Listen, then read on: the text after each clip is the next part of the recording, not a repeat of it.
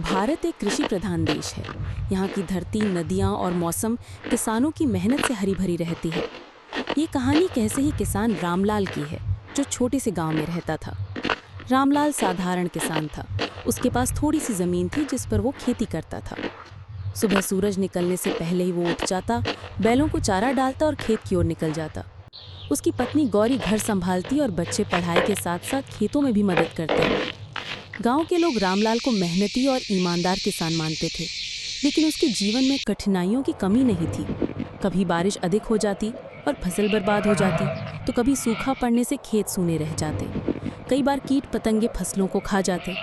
इन सब कठिनाइयों के बावजूद रामलाल का हौसला कभी टूटता नहीं था। एक साल गांव में भयंकर सूखा पड़ गया। न खेतों में हरियाली रही, न तालाबों में पानी।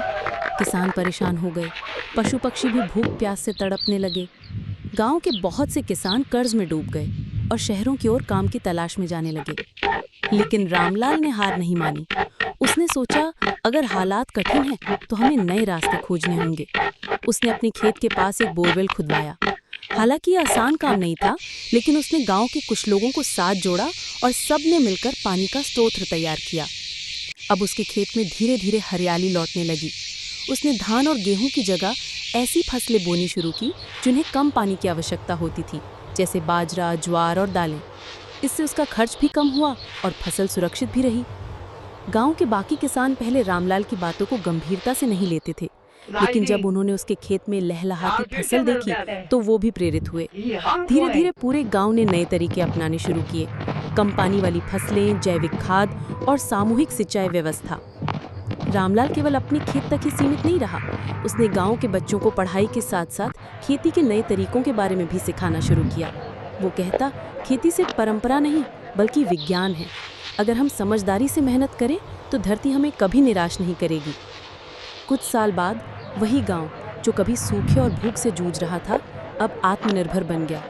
खेतों में अनाज ही नहीं, फल और सब्जियां भी उगने लगी। गांव के किसान शहरों से मजदूरी करने लौट आए और अपने खेतों में मेहनत करने लगे। रामलाल की इस सोच और मेहनत से न सिर्फ उसका परिवार खुशहाल हुआ, बल्कि पूरा गांव समृद्ध हो गया।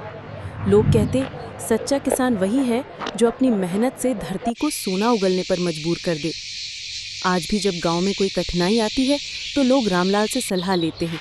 वो हमेशा मुस्कुराते हुए कहता, धरती माँ है, बस उसकी सेवा दिल से करनी चाहिए।